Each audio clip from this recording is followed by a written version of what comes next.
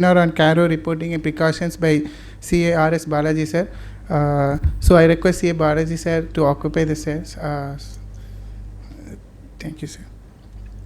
So before we officially begin, I request all the members to stand up for the ICI motto song, and we will begin the program.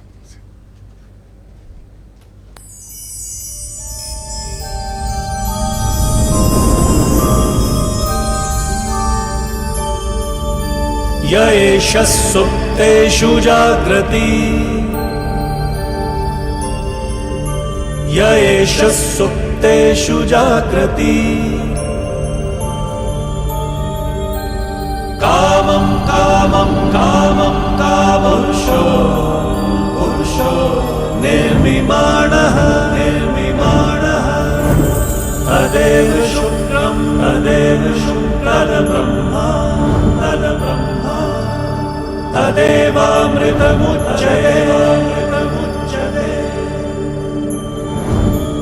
तस्मिन् लोकः शतः सर्वे तदूनात्यति कश्चन एतद्वैता एतद्वैता एतद्वैता एतद्वैता एतद्वैता एतद्वैता.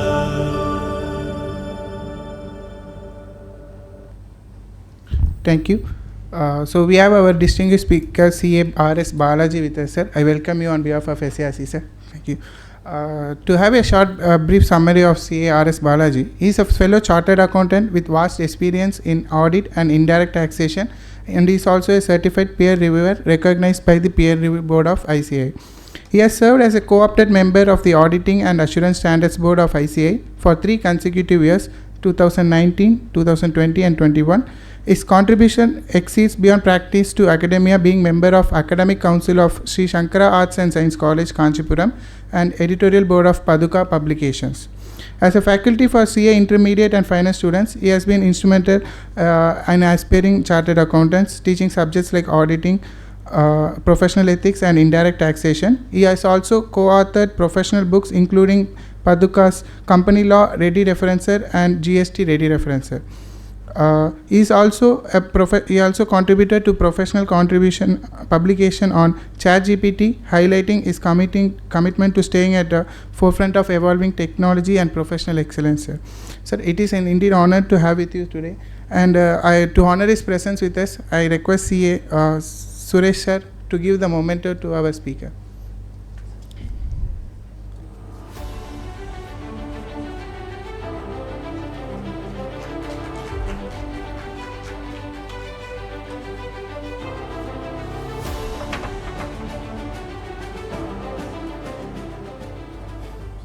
Thank you, sir.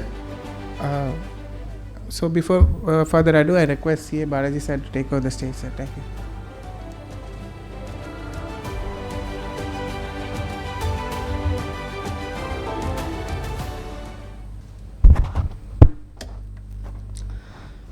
Shri Gurubhyo Namaha. Very good evening, one and all present here.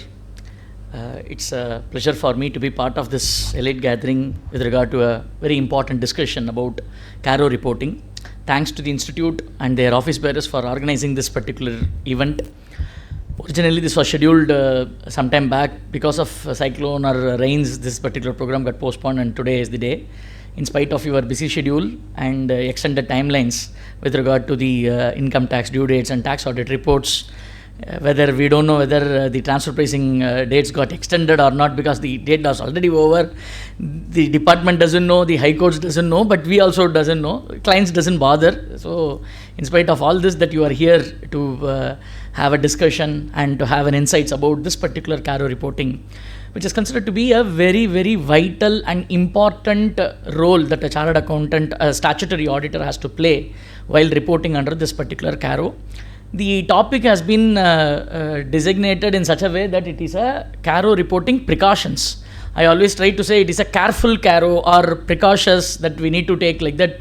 I'll be having a impact on this particular CARO reporting because At times we may think that it may be same questions right from 2020. This CARO 2020 was applicable. Previously it was CARO old 2003 and all, where we were reporting. So the same sort of reporting, and continuously the reporting is happening. So there is no problem. Same procedures can be applied like that. We may even think of, but that is not the case because of the environment with which we operate, because of the regulatory perspective that we are looked at, because the way in which, with the lens the investigators are, everybody is looking at the auditor's report specifically. There are very important precautions that as a chartered accountant, as a statutory auditor, that I need to take care with regard to reporting on the CARO perspective, because CARO at no point in time involves predominantly your opinion or judgmental sort. It is predominantly on the factual findings that is to be reported by the auditor here. There are opinions, there are judgments that are involved in the reporting also, but the predominance, the aspect of reporting will be more of factual reporting rather than the auditor's judgment on it. Say for example, whether the amounts obtained for a short-term borrowings have been used for long-term purposes or not. I cannot use my opinion or I cannot use my judgment on this and then to report. The fact has to be reported. Whether physical verification has been periodically verified by the management or not. So these are all absolutely putting the auditors into the state questions to report. Otherwise, in a normal audit of a financial statements, I may not even look at certain aspects. I may not even look at these aspects, or I may not have a verification of those particular aspects, specifically in order to enhance the quality with regard to the audit, the transparency with regard to the auditors are doing the activity, the governance perspective from the shareholders. This particular CARO 2020 has been included with lot of modifications that has been included when compared to the previous CARO reporting here.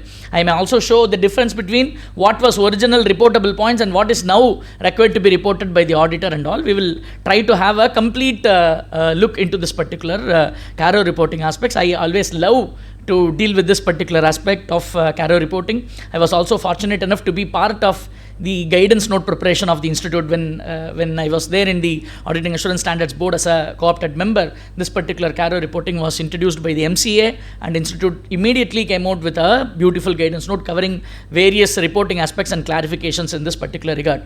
I was also part of the Chennai study group while this particular CARO guidance was issued by the institute here, and it got revised also. Even in that particular revision group, I was in a position to have a little bit of learning here.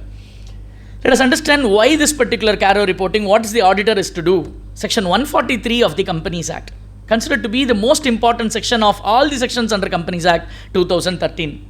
The importance of Companies Act 2013, especially of 143, is previously under Companies Act 1956, when the auditors were reporting on the audit report on the companies, whether it is a private limited, public limited, listed, unlisted, whomsoever it may be, the moment it is a corporate, body corporate, where the auditors are going to report, Companies Act 1956 stated what are all the eligibility of an auditor, what are all the rights of the auditor, what are all the duties of the auditor, including reporting responsibilities. That's it.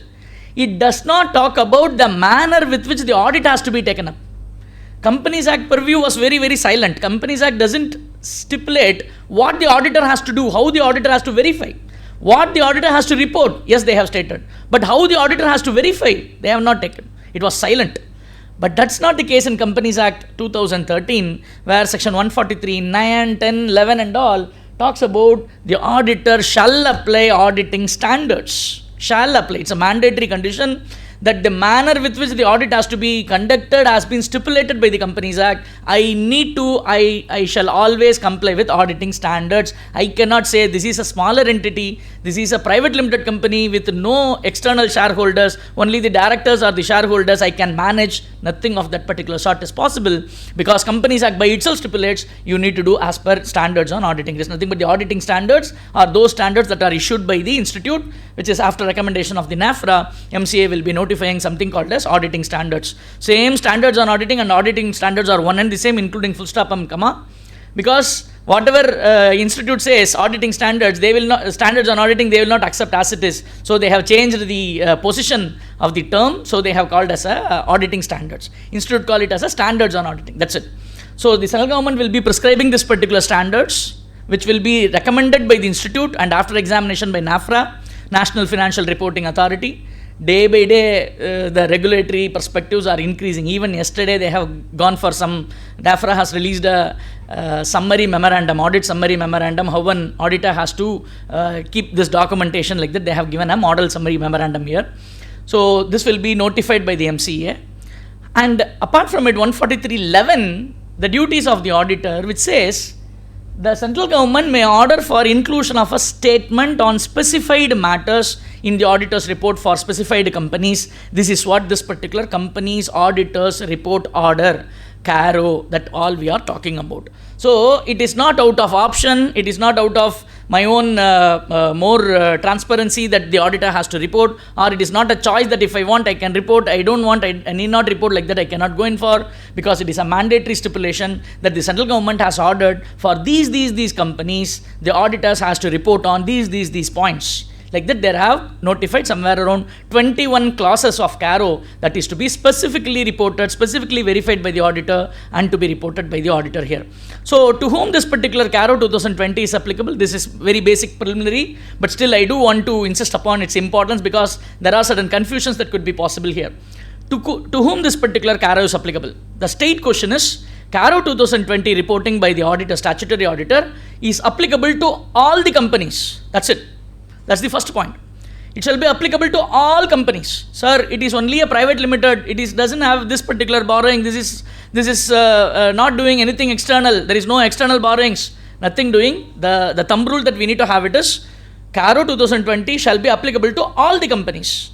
However, this is how the order has been drafted. It is applicable to all companies. However, for the following companies, there are exceptions that are provided, like a banking company, insurance company, Section 8 company, 1% company, and small companies. All these companies are excluded from the reporting by the auditor because banking company, insurance company and all, they have specific other reporting responsibilities for the auditor to take care of that regulatory requirement. Not Companies Act may not be very stringent on the reporting perspective. And 1% company, Section 8 company, small company are considered to be not that much very significance. So there are exclusions that they have provided for. Small company, again there is a clarification to be made. Assuming that it is there are certain relaxations that is provided for a private limited company. What is that? I will come back for small company at a point in time later. Sir, for a private limited company, if all these conditions are cumulatively satisfied, then for that particular year, the auditor need not report on the CARO points. For that particular year alone, for that particular company, for that particular year, auditor need not report. What is that conditions? There are 4 criteria cumulatively to be met. It is not or, it is and. So what are all the conditions here? That particular private limited company should not be a subsidiary or should not be a holding of a public company. Point number 1, satisfied. Point number 2, the aggregate of paid up capital and reserves should be less than or equal to rupees 1 crore as on the date of the balance sheet with which we are reporting. So it should be less than or equal to, even if it is 1 crore, no problem. If it should not be 1 crore 1 rupee, in that particular case, the CARO will be applicable here. So it should be within 1 crore or less for the paid up capital, aggregate of paid up capital and reserves. Then in that particular case, CARO reporting will not be applicable. The third condition is with regard to the borrowings. The total, that is again aggregate of borrowings from bank or finance institutions should not be exceeding rupees 1 crore, should be less than or equal to rupees 1 crore at any point of time during that particular reporting period. This is what the catch. So when you compare the previous clause and the current clause, the previous clause which talks about the aggregate of paid up capital, it talks about as on that particular balance sheet date. It is talking about 31st March 2025, 24, 22, whatever may be the case. But the next clause doesn't talk about on that balance sheet date. It is any point in time during the year. Even assuming that during a particular point in time, say for example in the month of August 2025, the company has got 1 crore 10 lakhs of loan, and then assuming on September, October 2025, it repaid completely 1 crore 10 lakhs of that particular loan. No repayable, no demand at all. Even then for that particular year 25-26, CARO reporting shall be applicable because at any point in time it has exceeded that particular limit of 1 crore here. And the last criteria is with regard to the turnover criteria, where the turnover should be less than or equal to rupees 10 crores. So if these conditions are cumulatively satisfied, then for that particular private limited company, for that year, CARO reporting is not applicable. This is one case. the second part in this particular case is with regard to a small company, the moment it classifies as a small company, you need not check off any of this particular point. The moment you are classified as a small company, reporting is not applicable.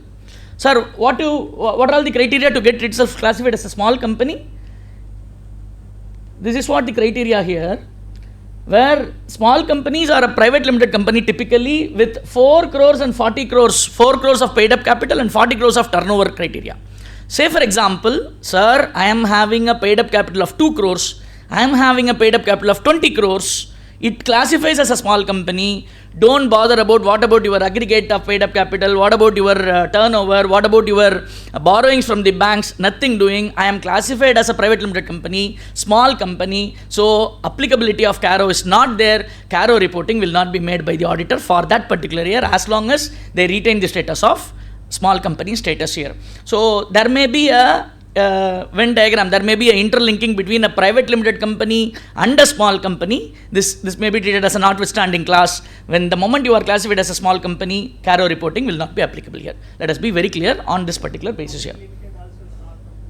No sir, no, it should be a private limited company.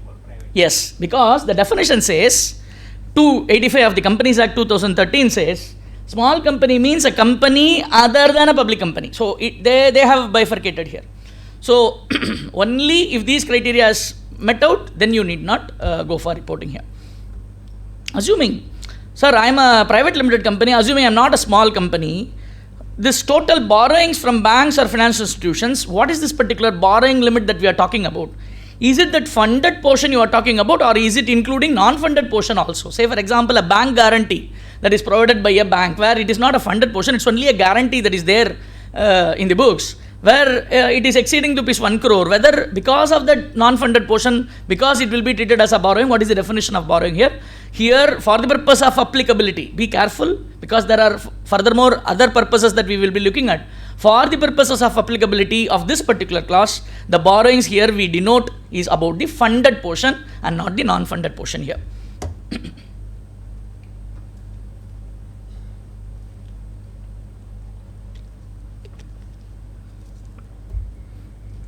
Again, it is an aggregate of banks and financial institutions. Borrowing will be applicable here.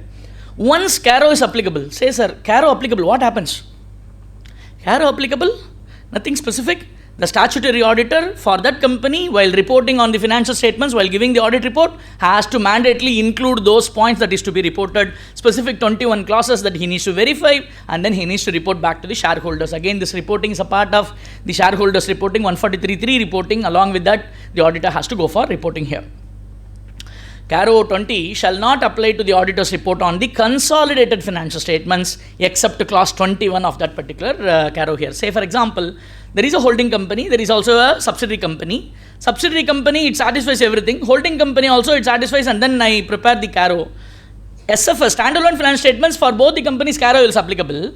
On the other hand, when I go for a third statement, that is nothing but a CFS, consolidated financial statements having holding and subsidiary together, as per 129 of the Companies Act that I prepare, in that particular basis, because section 129 of the Companies Act says, the CFS shall be equivalent to that of an SFS, whatever the responsibility, reporting responsibilities of the auditor, shall be equally applicable to that particular CFS also, is what the Companies Act prescription. So in that particular case, for the consolidated financial statement, once again, should the auditor, the holding company auditor, should he needs to report for all the 21 clauses? Answer is no. The CARO by itself very specifically and categorically say, for the purpose of reporting on the CFS, you need not report on all 21 clauses, you report only on one clause, that is nothing but clause number 21. That particular clause alone you report, other than that you need not report anything like that. There is a clear-cut instruction that is given for the applicability of CARO reporting in case of consolidated financial statements.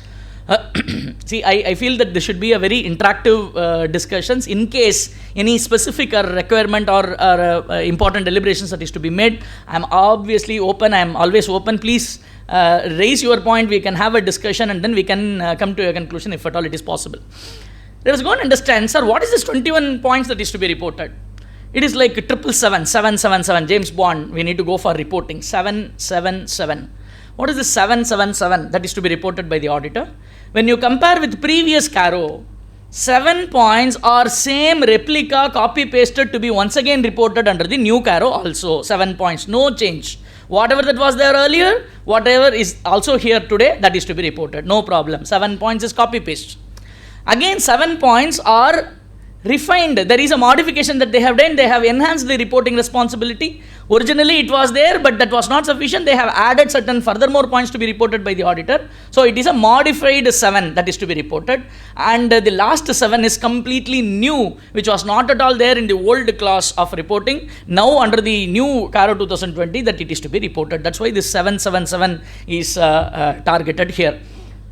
Let us move on to the reporting clauses, where, sir, usually CARO reporting is straight, sir. Last year CARO report, copy paste, current year CARO report ready.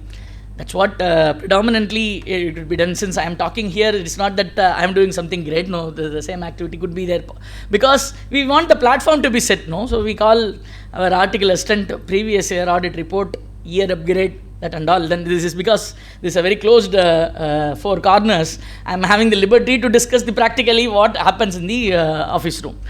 I called on intelligent article assistant, come on, go for a year upgradation of the previous year reporting. Take previous year audit report, completely it is there. Go for year upgrading.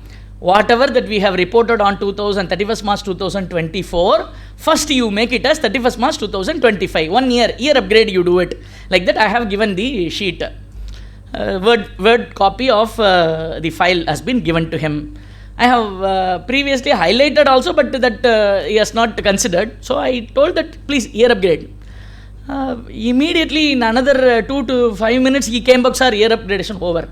Year upgradation over, oh, very good. What you have done, like that, when we, without looking at if at all you take it on the face value, then you will be at so. Because what he has done is year upgradation to be done, no. So Companies Act 2013 become Companies Act 2014. So that's the problem that we face, because it's the fault on us. We cannot just like that rely, you do like this, that cannot be possible. Previous year audit report, you copy current year and then you do, no, that cannot be possible, because previous I might have made profits. This year I could have incurred losses. I need to make the change there in the audit opinion. Without that, same copy paste will not work out. Similarly, here also with regard to this particular CARO reporting of property, plant and equipment, previously called as fixed assets, where you might have seen a number of audit reports wherein this particular compliance is absolute compliance, whether company is having a proper fixed asset register. Previously it was used to say every auditor, 99.99%, the auditor will be reporting compliance of it. The company is having proper record showing full details of property, plant and equipment. Like that, the auditor would have been reported. In fact, when you go and check it up whether really there is a sort of fixed asset register is there, it would be there in 1961 fixed asset register is there, may not be updated at all. That could be a fact. If at all a company is holding, sir, I am a company, techno company, absolutely it is all updated, sir, very good, thank you. I am not talking about your exceptional case. I am talking about a normal case. You think of a manufacturing entity where the fixed asset register will be running into oceans, where how to update it, how to track it. Unless you have a robust system and internal controls, updations is not possible. It's not happening. But simply the auditor will be reporting, yes, proper records of fixed assets have been maintained by the auditor. That cannot be done hereafter. That cannot be done, because every question is on to the auditor. You have reported this, no? On what basis you have reported? You have PRB, peer review. You have quality review. You have FRRB. You have the big brother NAFRA. Where the question is, on what basis you have indicated? It is a self-inflicted statement that I am giving in my audit report, in my CARO report, because it is not a generic aspect, it is a specific aspect costed to the auditor. Say for example, the first question says, this is CARO 2016, it's a old comparison, that's why I have made this comparative table. In 2020 reporting, whatever that is there in yellow color, you can see the enhanced reporting. It is not no longer the old reporting that will be applicable. There are a lot of enhancement that has done, and then we have to report accordingly. Any responsibility or liability to be increased, you just call the person who is called a chartered accountant auditor, you fix it everything to his head, he will take care.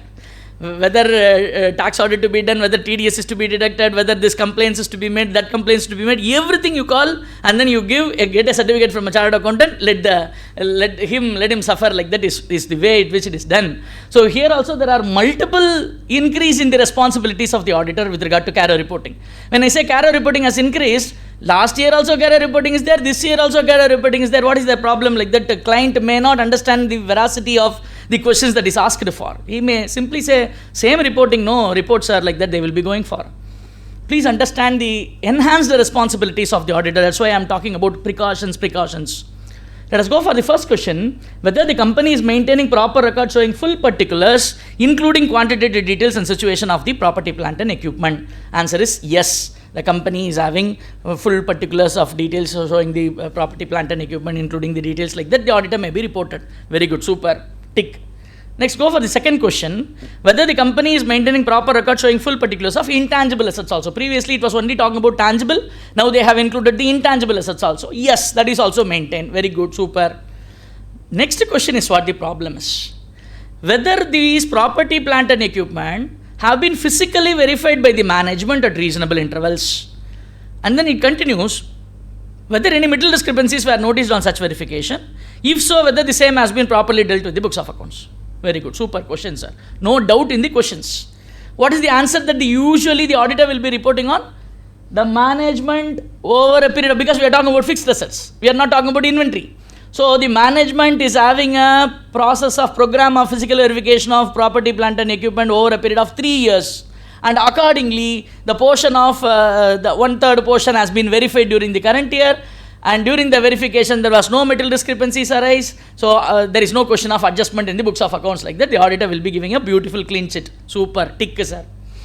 Now, I have given this statement and then I have signed the financial statement and come out. When there is a verification of your own peer review or quality review board or whatever the review mechanism that happens to the firm, the reviewer is asking a question, sir, in your audit report, in CARO responsibility reporting, you have stated that the management has conducted physical verification at reasonable intervals. On what basis you have given that particular statement, sir? What is the working paper that is available to you to substantiate that the management is doing the physical verification at reasonable intervals? The question is not on whether auditor has done the physical verification at reasonable intervals. The question is on management whether they have done it on reasonable intervals, where I have confirmed also, yes, they have done it. What is the document that I am having in my working papers? Am I having a working paper stating that these dates on which the physical verification has been done by the management? And these are all the physical sheet, that is book stock, and these are all the verifying stock. This is the discrepancy. There is no material discrepancy, no adjustment. Do we have a sort of a paper or a documentation to substantiate management has done the verification on those dates? This is what the book stock, this is what the physical stock, there is no discrepancy, no question of books adjustments. In the absence of that particular documentation or paper or information, if I give this particular confirmation report that everything is proper, then it means without having sufficient appropriate audit evidence, I have commented on a particular specific question. It is not a generic question, it's a specific question. Without verifying, I cannot say so. Having said so, then you don't have an audit working paper with me, it will be treated as a gross negligence on the part of the auditor. Just like that, you report whatever you want. Sir, are you understanding what is the mood point that I am coming for? Let us have sir, what is the practically stock, sir? How it will be possible for the auditor to have practically all this paper? Sir, practically it is very much possible. It is very much possible. There is something called as management's representation letters, MR, that we are taking up. CARO representation separately we are getting it from the management. If at all we are not getting, please wake it up. We need to do that. If at all you are getting it, wonderful. Please include these points also. At the time of management, yes, sir.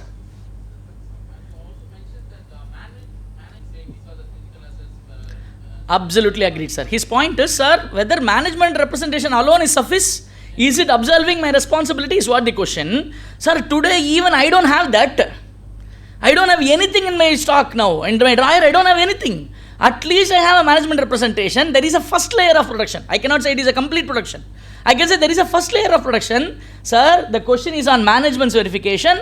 management board has confirmed during their management representation that they have verified on so and so date, and this is what the book stock, and they have confirmed that there is no material discrepancies identified, I am going with that. So whether is it reliable, can you rely and only rely on that particular basis, I need to apply SA580.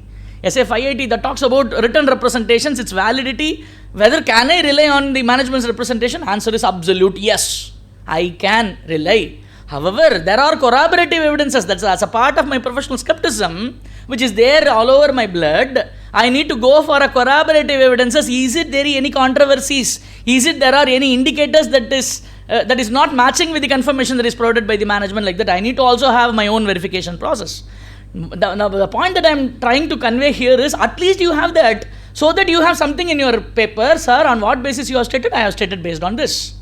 So, the point that I am once again emphasizing and driving here is, for whatever the reporting responsibilities that we have, we need to necessarily have a documentation to substantiate that, because the interpretations that are being made by NAFRA and all is something very, very problematic.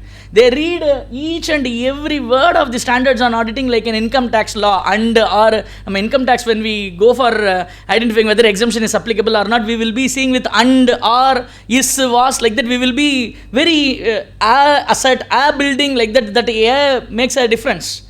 So we will be going for interpretation of that particular minute word. That's how the standards on auditing are interpreted by NAFRA here.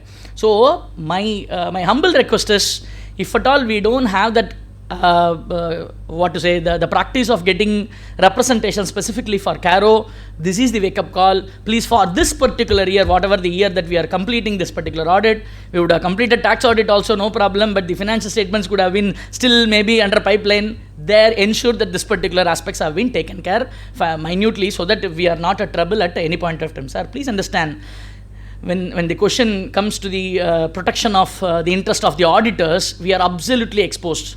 Being a chartered accountant and a statutory auditor, in every forum I used to say that I am protecting the interest of everybody. I am protecting the interest of the shareholders.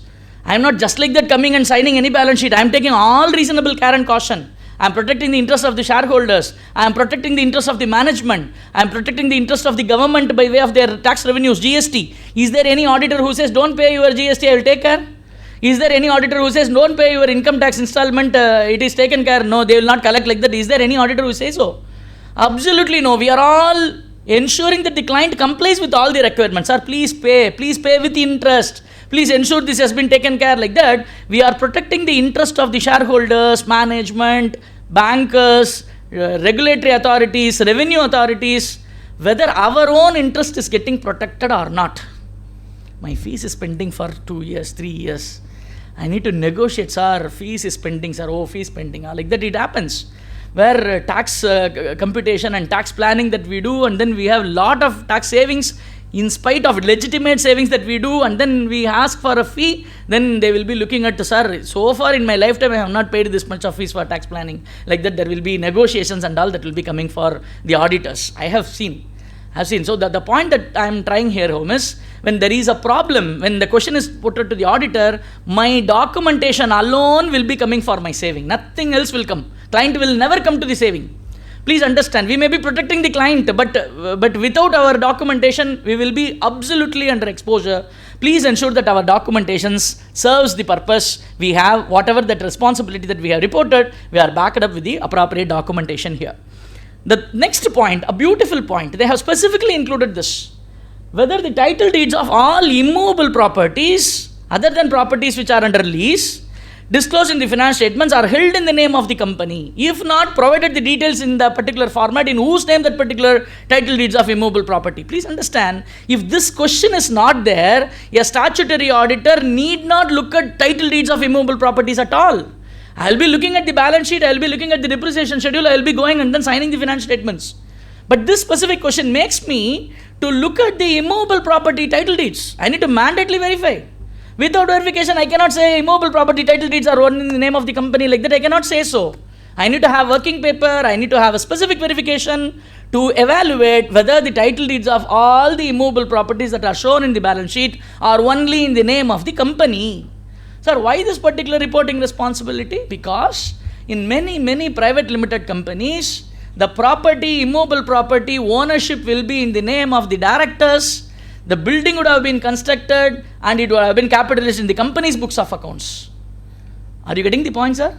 So at a later point in time, the land, the director would have sold that particular land, register office, and then he will say so, and then get the value, and then he would have say tata bye bye. But the company will be still carrying that particular fixed asset, and then depreciation, like that. Auditor will be ticking true and fair value, like that I will be given. So that the point now here is, it will not come to the attention at all. It will not come to the notice to the auditor at all. So the point, it is specifically in order to have more transparency, more governance in this particular aspect. This was specifically included by the central government here, where whether immovable property, title deeds are only in the name of the company. If it is not in the name of the company, report in whose name it is there.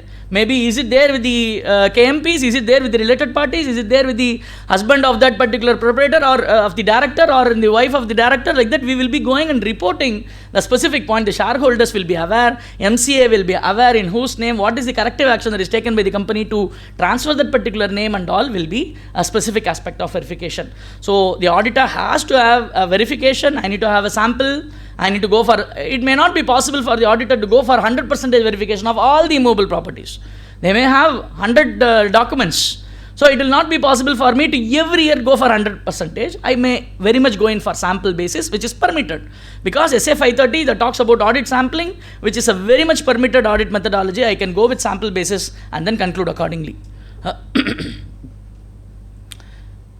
The D point and E point are specific inclusions by the new Companies Act 2013, CARO 2020 reporting here. Is there any revaluation has been happened? If at all, whether revaluation has happened, is it through a registered valuer? And the next question, is there any Binami property prohibited transactions has been happened? Any initiation with regard to Binami prohibition transactions to be reported here? Both are parallelly to be reported by the management also as per the Schedule 3. There is a amendment in the Schedule 3 reporting also by the management. Auditor will also to be reported, and then management also will be reporting on these specific points. The careful points to be that is to be noted with the documentation is with regard to the verification, physical verification of by the management, the material discrepancies identified, the books adjustments, immovable property, and the details of fixed assets that we are talking about, which is having a huge impact here. Revaluation to be done only through a registered valuer as per the Companies Act. Binami transactions to be reported here. That is with regard to clause 1. Sir, there are 21 clauses like this. Para 3 of the CARO reporting talks about all these 21 clauses. That's why it will be having 3.1, 3.2, 3.3, 3.4 like that, 321 clauses. Within that particular clause, there will be sub-clauses of questions. Say for example, clause 1 talks about PPE. Within that PPE, there are multiple questions related to PPE. It has been grouped and then we have to report accordingly. In a particular case, where the specific point clause is not applicable to that entity, I cannot simply ignore. I need to specifically say on what reason this particular reporting of the clause is not applicable, and then hence reporting is not applicable for this clause, like that I need to go for reporting. Say for example, second clause 2 is inventory. I am a software company. I am only service provider. I don't have inventory at all in my books of accounts. So I need not report on clause 2 at all. So you cannot ignore clause 2 and then go for clause 3. No.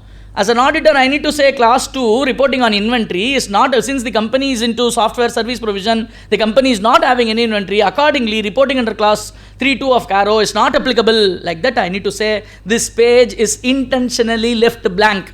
So it is not out of ignorance I am leaving it. It is intentionally, it is not applicable. That's why it is left blank. Like that, I need to go for specific reporting here. With regard to inventory, similar to that of PPE, here also you have the records with regard to inventory, but the reporting is again different. Beautiful reporting. Whether physical verification of inventory has been conducted at reasonable intervals by the management. Again, previous clause and current clause, it is based on the question on the management's verification of inventory, not the auditor's responsibility to go for a physical verification of inventory. Whether physical verification of inventory has been conducted at reasonable intervals by the management, and whether in the opinion of the auditor, the coverage and procedure of such verification of the management is appropriate. Whether any discrepancies have been by the management, whether any discrepancies of 10% or more in the aggregate of each class of inventory were noticed. If so, whether they have been properly dealt with in the books of accounts or not. Like that, there is a specific aspect of reporting. Again, whether physical verification done, whether the manner with which the physical verification of inventory done is appropriate to you, and whether any material discrepancies identified, Previously, material discrepancies was not quantified. Materiality again based on the judgment of the auditor previously, under previous reporting. See, when you compare 2016, whether physical verification of inventory has been conducted at reasonable intervals by the management and whether material discrepancies were noticed. That's it. So, what is material discrepancy will be based on the decision of the auditor. I will be going for deciding what is materiality here. But now, under companies, under CARO 20, the materiality has been specified by the order itself by way of 10% or more. 10% or more with regard to the value of the books of accounts of that inventory. If there is a variation, it shall be treated as material discrepancy. That is to be reported in each class of inventory. Say, for example, inventory may be work in progress, inventory may be goods in transit, it may be on finished goods, like that. I may have multiple categories of inventory, raw material A, B, C, like that, multiple categories of inventory that is to be looked into, and then whether 10% discrepancies are identified by the auditor or not to be reported here. Identified by the management, whether it has been taken carefully by the management or not to be reported by the auditor by way of inventory reporting here. The second question, people completely may by mistake or by erroneous application they will make a trap here. Please understand the second question, nothing related to inventory. Usually what happens, say for example, the software company with which I have started my example doesn't have inventory. So reporting under class 3.2 of inventory does not applicable, like that. I will stop and then go to the class 3.3. Technically, if you see, it only A part talks about inventory, B part doesn't talk about inventory. You need to go and evaluate whether it is applicable to you or not.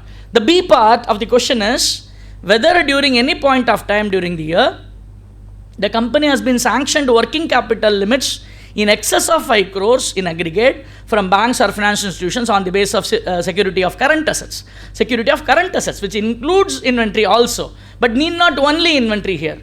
On the basis of current assets, whether quarterly return statements filed by the company with such banks or financial institutions or an agreement with the books of accounts of the company. If not, give the details. Sir, please understand, the software company where there is no inventory that is maintained, assuming that they have a working capital facility, still they have to report under class B. They cannot simply say, I don't have inventory, I need not report under class 2, like that. I cannot ignore these two questions. I can ignore the first question, but I cannot ignore, I need to report on the second part. Whatever the statements or the information that is submitted to the banker as a part of the working capital facility, whether is it matching with your books of accounts, just like that, to inflate my capital limits, working capital limits. Actual my inventory is 1 crore only, I may give a boosted number of 2 crores. So that my retention numbers are always there at comfort.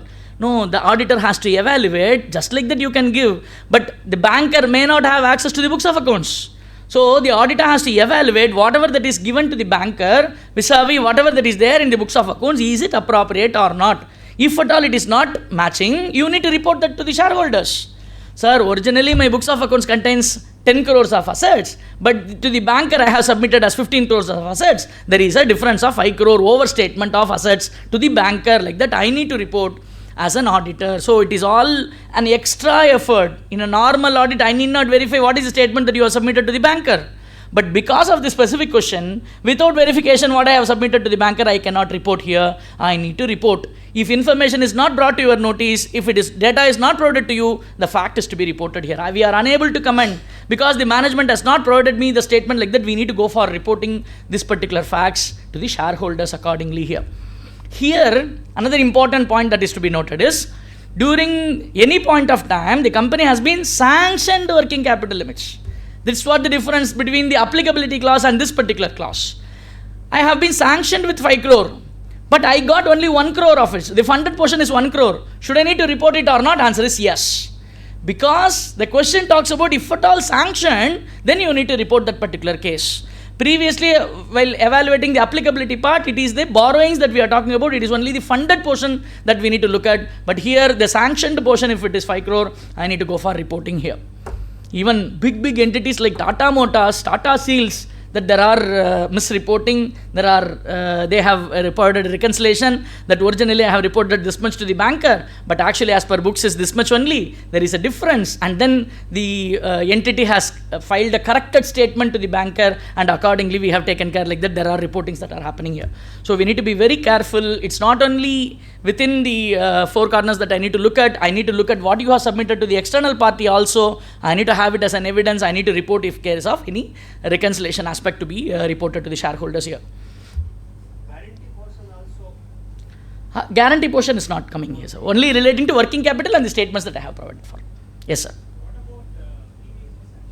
Super. Very good question. Previous year sanction, current year will be renewal, will also be treated as a sanctioned only. Very valid question. Sir, during any point in time of the year, whether the company has been sanctioned working capital limits. So, current year they have not sanctioned, sir. Previous year only the working capital limits have been sanctioned. So, current year there is no sanction. Should I need to report or not? Answer is yes. Because the facility that you are maintaining, in order to have that facility, you are reporting, you are providing your quarterly submissions. The intention is emphasis not on the sanction part, but on your compliance part. So, the guidance note of the CARO clarifies very clearly, in spite of the fact that it was a previous year sanction, current year renewal that is happening every year, it is to be renewed. So, you need to go for evaluating the report submitted to the bankers. Like that, they provide a specific clarity here. Limits continue. Yes, sir. You are right. Reporting on stock and data statements. Meaning of the term sanction, it is to include fresh sanction during the year as well as limits renewed or due for renewal during the year. Even it is not renewed, sir, but due for renewal also, you need to go for reporting accordingly. So, nothing to be omitted here. Class 3 is a big one. Very big one. The auditor has to be very carefully looking at, because there are extended reporting that is applicable in class 3. What is this class 3? It talks about the loans given, advances made, the guarantees provided, investments made by the company to outsiders, including my own related party entities. Is there any problem in that particular loans? The terms of reference, is it prejudicial to the interest of the company? Because of a related party, you have just like that sanctioned this particular loan with a prejudicial to the interest of the company, which is not favorable to the interest of the company. Nobody will bring this to the highlight to the shareholders. It is again the responsibility of the auditor to look at, including the terms of that particular sanction and advance and investments that are made or guarantees provided, and then the auditor has to report in this particular class. Very beautifully, they have bifurcated with related parties, with other than related parties. Previously, the reporting was applicable only to related parties, but now it is extended to other parties also. What is the outstanding amount? What is the action taken by the company to recover that particular points? Like that, everything has to be reported by the auditor here. Whether during the year the company has made investments or provided any guarantee or security or granted any loans or advances in the nature of loans, secured or unsecured to the companies, firms, LLPs or any others. If so, you need to go for reporting in this case. If there is no such activity that has happened, then no, then the entire clause is not applicable. I need not report anything on this regard. But however, if it is yes, I need to go further. I need to bifurcate into two. That is, whether during the year the company has provided loans and advances in the nature of loans, has to guarantee or provided security to any other entity. That is to the third party. And the next one is, B point is, whether the investment made, guarantees provided, security given, and the terms and conditions of the grant of all loans and advances in the nature of loans and guarantees provided are not prejudicial to the company's interest. You have given, whether is it prejudicial to the interest of the company? Say for example, the market rate of interest is 7%, but you are giving it at 4% to a particular party. Why you are giving at this lesser rate? Who will be questioning? How this information will come to the shareholders' attention? It is to be brought in. In order to bring in this particular sensitive and important information, the auditor has been put out that particular responsibility here. In respect of loans and advances in the nature of loans, whether schedule of repayment of principal and the payment of interest has been stipulated. If the amount is overdue, state the total amount overdue for more than 90 days and what is the action taken by the company to recover that particular overdues which is outstanding for more than 90 days. 3 months is the cutoff. More than that, the outstanding, it's like an NPA classification.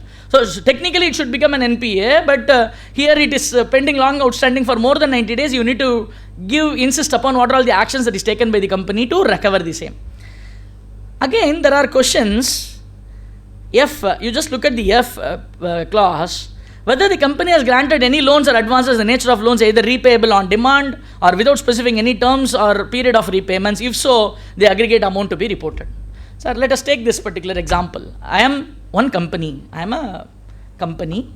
I have given 2 loans to one outsider, to one related party, another subsidiary company or something like that.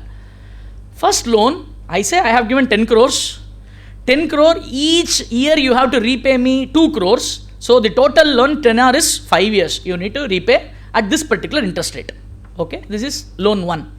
Loan 2 that I am giving is same 10 crore and you need to repay on demand. The moment I ask, you need to give. Is what the 2 loans that they have given. Interest rates are same. First loan is for 5-year tenure, repayable 2 crore, 2 crore, 2 crore. Second loan on demand you need to give me. 2 loans has been given. As a shareholder, you are a layman, you are seeing this particular information. In which company, the company is having more control so that the loan will be quickly recovered? In company A or in company B? The first one or the second one? What the shareholder will think of? Company B. Why company B? Related party 1. But here the tenor is here, it is for 5 years only they will repay. Here on demand they need to repay. Correct? The repayment will be quicker and faster in company B rather than company A. Do you agree with me or not? This is what shareholders will think, or a normal layman will think, that because the loan tenor is on demand. The moment we think on demand, oh very good. Any point in time the company will get back. Like that a common man will think. But the point is, this loan being a related party transaction, that on demand will never happen. I will not call back. He will be enjoying the 10 crore for 100 years. Are you understanding the difference? But while reporting, the company will be saying this is repayable on 5-year period, this is repayable on demand, as if tomorrow you will be calling for. You will not call for. They have extended the loan period because there is no stipulation for repayment of that particular loans at all. MCA saw this. You are just like that giving and then you are not getting back. This is a shareholder's money and a related party is enjoying n number of years. If at all you are given a loan that is repayable on demand, that is without stipulation of the interest or principal repayment, you need to go for disclosure of the same, to whom that particular loan has been given, why there is no stipulation with regard to the repayment. Like that the auditor, the management has to disclose, the auditor has to disclose the fact here. That is, whether the company has granted loans. See, please understand this particular question. See, in clause C, okay, it's not working. In clause C, if you see, in respect of loans and advances in the nature of loans, whether the schedule of repayment of principal and payment of interest has been stipulated. So they want that interest and principal repayment schedule has to be stipulated. If no, you need to go for reporting here under F, whether the company has granted any loans or advances in the nature of loans, either repayable on demand or without specifying the terms or period of repayment. If so, specify the aggregate amount, percentage thereof to the total loans granted, aggregate amount of loans granted to promoters, related parties as defined in 276 with regard to related party, to whom you have given, why you have given, like that the justification and all to be extended. The moment you start reporting on the first year, second year onwards, that on demand will be demanded, so that it will be netted off, so that the money of the company may not be with a third party in this particular regard, because there is a reporting, there is a transparency that is getting reported here. Otherwise, a prudent shareholder will ask a question, why you have given a loan to your related party to a director, where you are given without specifying the terms? Why that it is prejudicial to the interest of the company? In order to enable the questioning, the skepticism, this particular reporting and all has been included by the CARO 2020 here. Yes, sir. No, it's in the current year only. Correct. Carry forward loans and all need not be reported here. Correct. Second one is again a big one, that is the 7th one, undisputed statutory dues. Sir, there is a very important aspect. Very many companies will be concentrating on this. There is a specific working that is to be done with regard to reporting on this particular statutory dues. It is again classified into two types. One is undisputed statutory dues. The other one is disputed statutory due. Undisputed statutory due, the company is accepting I need to pay at periodical intervals. Am I regular in paying my statutory dues regularly? Say for example, my ESI, my PF, my TDS, my GST, like that, whatever, my excise, my customs, like that, whatever the statutory dues that are recurring and regular, which is not disputed by the company, are you appropriately discharging your responsibilities? Are you maintaining the financial discipline with regard to the discharging the statutory dues is the first question. Yes, sir. The company is regular in depositing the statutory dues, or the company is generally regular in depositing the statutory dues, like that, I can go for it, no problem. Say for example, sir, predominantly I am right. In certain months there are 2 days delay, 3 days delay, 4 days delay. Let it be delay, no problem. That doesn't mean that the company is not regular. The company is predominantly regular, but at times it goes, again, substance over form. The auditor has to go for evaluating whether that, is it intentionally the company is delaying the statutory payment, or is it out of mistake or out of a particular event that it has missed out, like that. I need to evaluate and accordingly I can report. In a case that I want to be very safe, I can very much say that the company is generally regular in depositing undisputed statutory dues, like that, I need to report. Point number 1. In this, if at all, as on 31st March on the reporting balance sheet, is there anything outstanding for more than 6 months undisputed statutory due? If at all it is there, I need to report which statutory due, why it is pending for more than 6 months. The auditor has to report with the quantifying value. Say for example, TDS has not been paid by the company at all. TDS I have deducted, I am enjoying the income tax money, I am not remitting back to the income tax department. Let the interest come, I will pay, like that the assessee is sitting on. Then in that particular case, for whatever the undisputed statutory due, it is not disputed, it is undisputed statutory due, which is pending for more than 6 months from the date that which it become due, but it is pending as on 31st March, I need to report for that particular undisputed statutory due. Clause A, over. Clause B is very interesting again, which talks about disputed statutory due. The statutory dues which the company is not accepting, I am disputing this levy.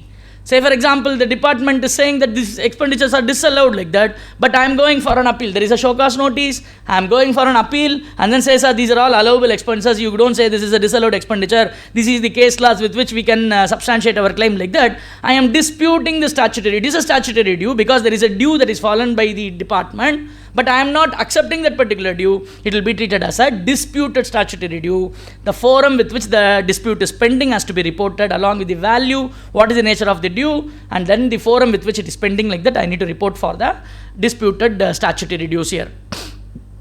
Whether statutory dues referred to clause A have not been deposited on account of any dispute, then the amounts involved and the forum where the dispute pending shall be mentioned. A mere representation to the concerned department shall not be treated as a dispute. A mere representation that you have provided, a show cause notice has been issued to you, and you have responded to that particular show cause notice, that doesn't mean that there is a dispute. Show cause notice is only a show cause notice. It is not a demand. Unless it is converted into a demand, then it is not a dispute, it is not a statutory due at all for that matter. So, any dispute which is at a show cause notice level or responses level, unless it is converted into a demand order, will not be coming as a part of reporting here. Very important point is bonus payment. I need to make bonus, which is a statutory responsibility for me. Bonus not paid. Should I need to report here or not? Answer is no. In spite of the fact that the bonus is a statute, it is created, the responsibility or liability is created on account of a statute, it is not payable to the government. If at all anything payable to the authority, then it will be coming under reporting. It is payable to my employees, will not be coming for reporting here. Institute gives a guidance here in this regard. Dues to central, state, local or foreign statutory due also to be included. They have not bifurcated Indian, foreign and all. Even foreign, but there is a statutory authority to whom I need to make a payment if it is due, that is also to be reported here. Dues are regular in nature. Non-payment of advance tax will also be fall under this undisputed statutory due only. Municipal taxes, fee payable to licensing authorities and all will be part of my statutory dues. following will not be treated as a statutory dues, levied on time to time an occurrence or non-occurrence of a particular event, due out of contractual obligation, electricity dues. Electricity dues, again, it is based on my consumption, it is not based on statutory due, like that, even though it is payable. Technically speaking, before taking this particular stand, lot of deliberations has happened. It is not directly to the government, it is one of the company created out of the government, so it will not be treated as a statutory due, is what the guidance provided by the institute here. Payment of bonus, dividend payment, even though dividend has been declared but not paid, still will not be reported as a part of statutory dues here. We need to be very careful in bifurcating this and then to go for reporting appropriately, because sometime previously I would have reported statutory dues or the forum with which it is pending. I need to go and evaluate what is the status of that particular item. New additions has to be added. I need to have a separate working papers for this, and then I need to report. Certain money I would have paid on dispute. There is a dispute, but still under protest I would have paid. Say for example, my pre-deposit 10%, 25% I would have paid, but it is still disputed. The payment value can be indicated by the auditor here. Very importantly, the auditor to consider essay 250, a beautiful essay. Beautiful essay, sir. Whenever you find time, there are certain mandatory essays that we need to have as a part of reading that we need to have. I'll just ignore about this class of reporting, I'll just talk about 250 for creating this professional interest on you. I am a statutory auditor. Should I need to verify statutory non-compliances or not?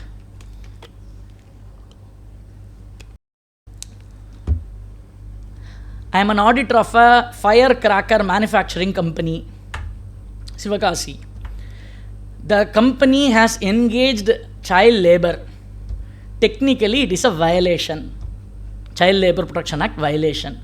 As a statutory auditor, should I need to report this particular violation or not? Which is a statutory violation. What is the role of the auditor now? Yes, sir. Super. Okay, super. Sir, there are as he points out, sir, essay 250 that talks about consideration of laws and regulations in an audit of financial statement. You have essay 260, essay 265, which talks about control deficiencies and difficulties faced by the auditor to be reported to the management and those charged with governance. So, as an auditor, I need to report and I need to discuss with the those charged with governance and then to take an action accordingly. Sir, every point that I need to discuss with those charged with governance. I don't have any other option. Should I need to report back to the shareholders or not? Or simply reporting to those charged with governance will suffice? My first point is, should at all I need to detect this particular non-compliance or not? How come as an auditor I will be coming to know that there is a non-compliance of Child Labour Protection Act? Say for example, there is an Air Pollution Control Act where your chimney should be this feet height.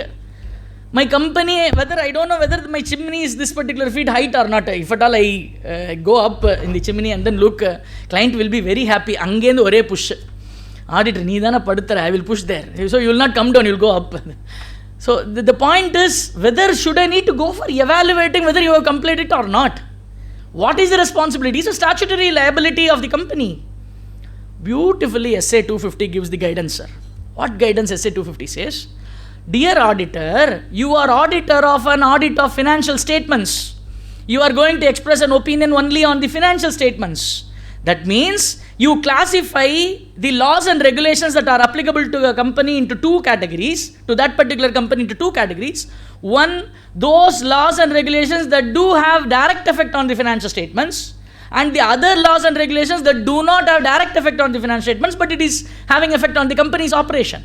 Say for example, the company has engaged two minor as a child labor into the company. It will not have direct effect on the financial statements. However, the non-compliance, the going concern could be under question. But it doesn't have my financial statement, balance sheet, P&L and all will not have effect at all. Doesn't have a direct effect on the financial statement. Those laws that do have direct effect on the financial statements, those laws that do not have direct effect on the financial statements, like that you classify. Sir, I have classified. What I need to do? What are all the acts that do have direct effect on the financial statement? Say for example, Companies Act, Income Tax Act, FEMA. Like that you classify these acts as laws that do have direct effect on the financial statements. Laws that do not have direct effect on the financial statements, your Legal Metrological Act, your Child Labour Protection Act, your Air Pollution Control Act, like that you classify a number of laws. What is the role of the auditor? The role of an auditor is laws that do have direct effect on the financial statements, auditor to look out for non-compliances. If at all any non-compliance, I need to report. It is not I need to wait for the company to report me that non-compliance. I need to detect whether there is a non-compliance of laws that do have direct effect on the finance statements. In case of non-compliance, the auditor has to make reporting accordingly. With regard to laws that do not have direct effect on the finance statements, the responsibility of the auditor is not to detect the non-compliance. If non-compliance is brought into the notice of the auditor, then you need to evaluate whether it will have a bearing on the finance statements, whether it will have bearing on the audit opinion, should I need to report accordingly, like that I will be taking actions according to the information provided to me. If information is not brought to me, I need not report anything on that regard. Are you getting this? Once again, the point is, if information is not brought to me, so I will close my eyes. So I will not look at like that, the SA doesn't prescribe. SA says, sir, in spite of the fact that you are not responsible for detection of non-compliances, you need to do professional skepticism, you need to evaluate, you need to verify for indicators that it could indicate possibility of non-compliance. Say for example, you evaluate professional fees paid, legal fees paid, that the ledger will talk everything to you. Your trial balance will speak to you the entire operations of the company. So there is a professional legal professional charges 1 lakh. Sir, why this 1 lakh has been paid? Sir, there is a case against the company, sir. What case against the company? Child labor has been engaged and then there is a issue going on, sir. Very good. Company will not open your mouth. You can make them to give the information here. Then accordingly you probe into and then to get a reason whether I need to report this fact, whether it is having an effect on going concern or not, and then I need to take a call accordingly. So SA 250, a beautiful essay that gives a very high clarity. Similarly, the company cannot say, sir, these are all laws that do have direct effect. These are all laws that do not have direct effect. Like that company's responsibility cannot say so. நீங்கள்லாம் என்னோட இருக்கீங்களான்னு தெரியல. Are you all with me? நான் ஒரு ரேஞ்சில் போயிட்டுருக்கேன். நான் பாட்டு வேறு ஒரு ரேஞ்சில் போயிட்டுருக்கேன். Are you all with me? Yes? Very good. Thank you. Thank you for your pin drop attention. It's a very packed attention that you are making here. It is like climbing a mountain. நான் மட்டும் எல்லாரும் என் கூட வந்துட்டு இருக்கோன்னு நினச்சி நான் மேலே திரும்பி பார்த்தா யாருமே இல்லை. கோபாலேன்னு தனியாக போய் கட்டிட்டு இருக்க வேண்டியதான்.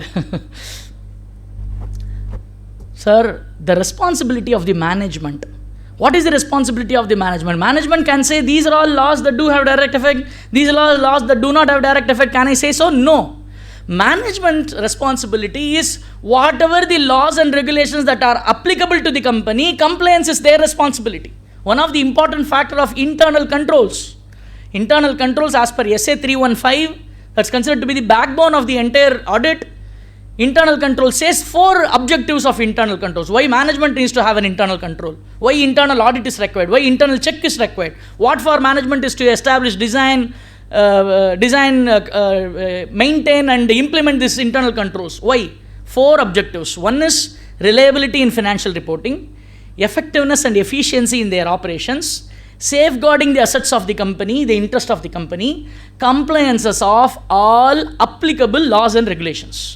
Whatever the laws and regulations that are applicable to the company, they need to comply. That's why they need to have an internal control mechanism.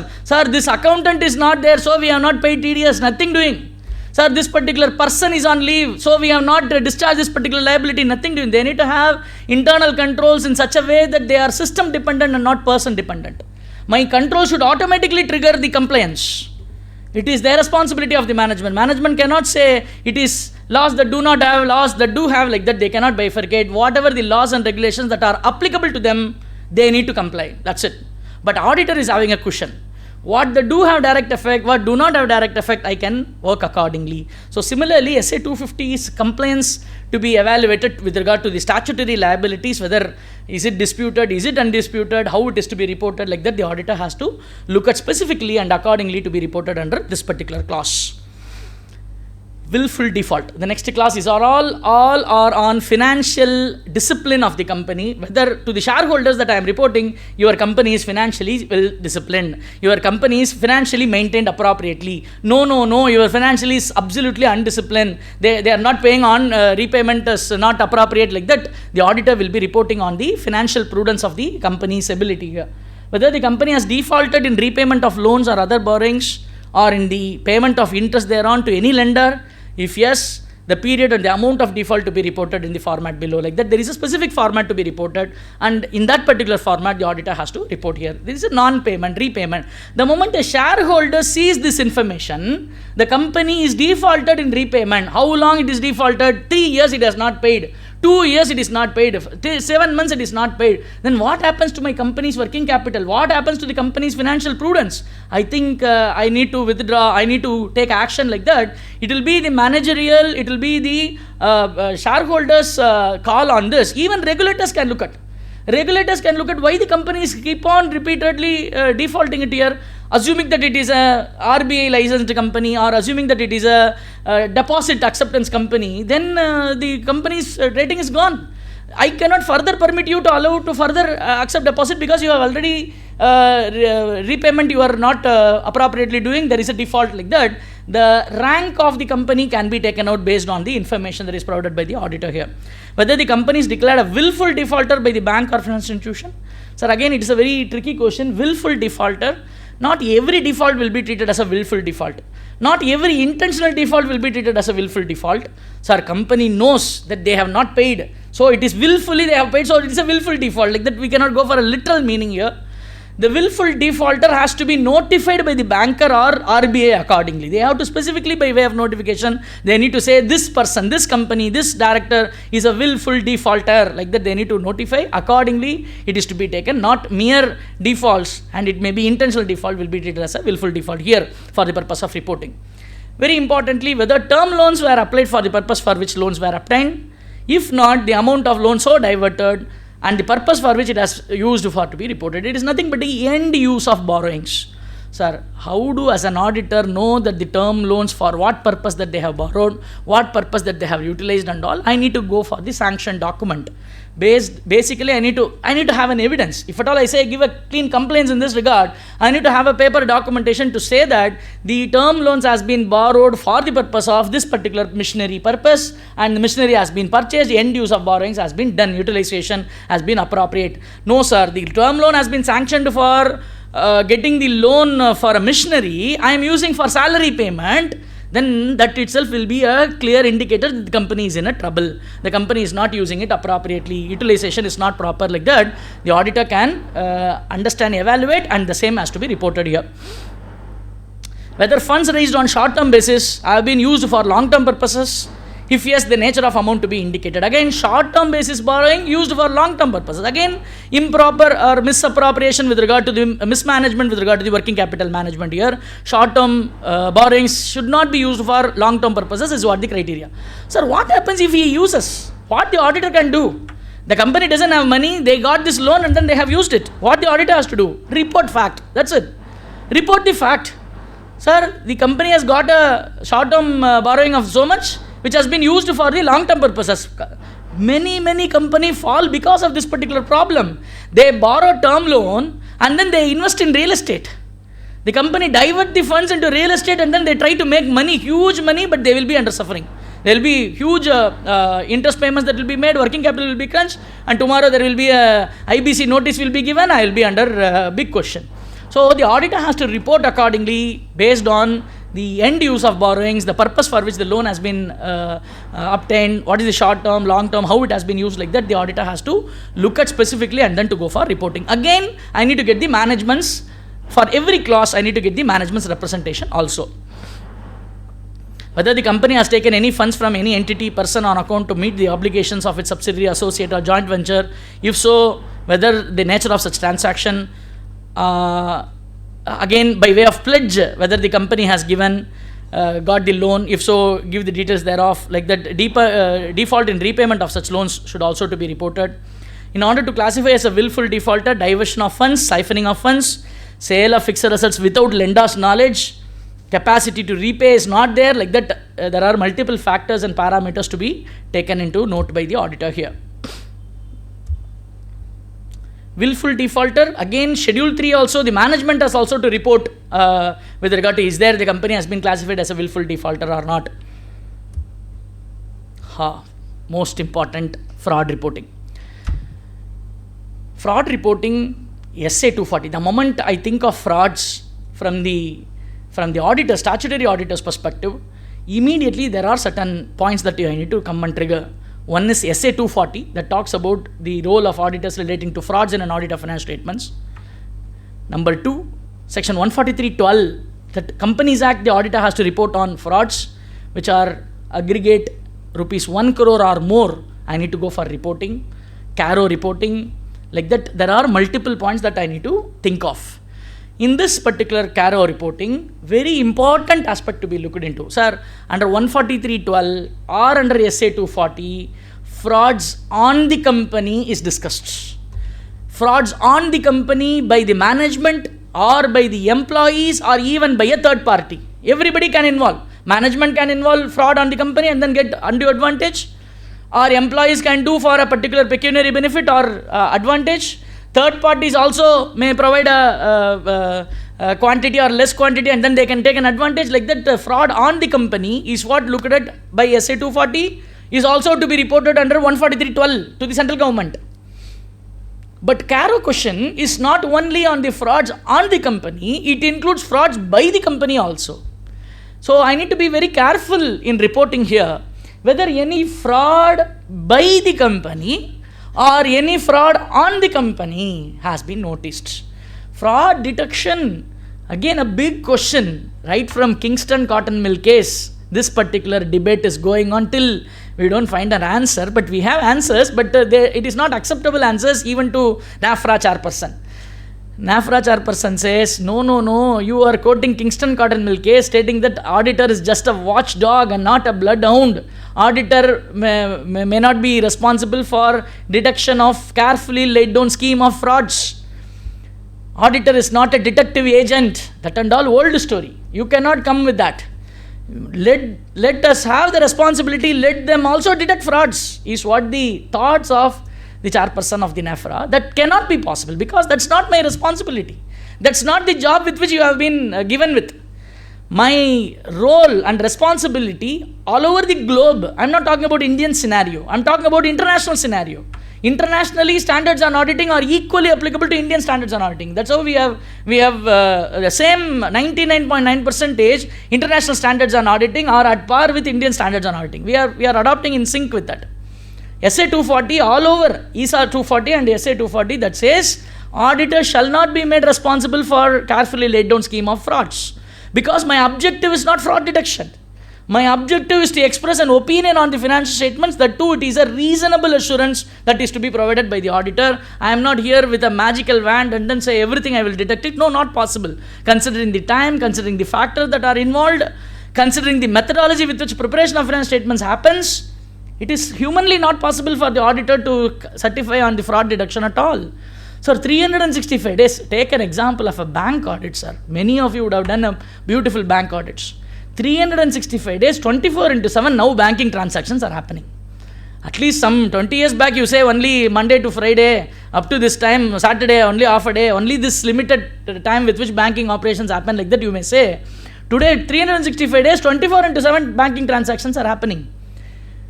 If that being the case, where the bank auditor who is going and sitting in the particular bank for maximum of 4 days, 5 days, 6 days, how come he will be in a position to evaluate 365 days all the transactions that has happened and all the frauds that is, if at all a fraud that has happened, especially in a banking environment, there is a huge vulnerability for frauds, and how the auditor will be in a position to detect that frauds? Humanly not possible.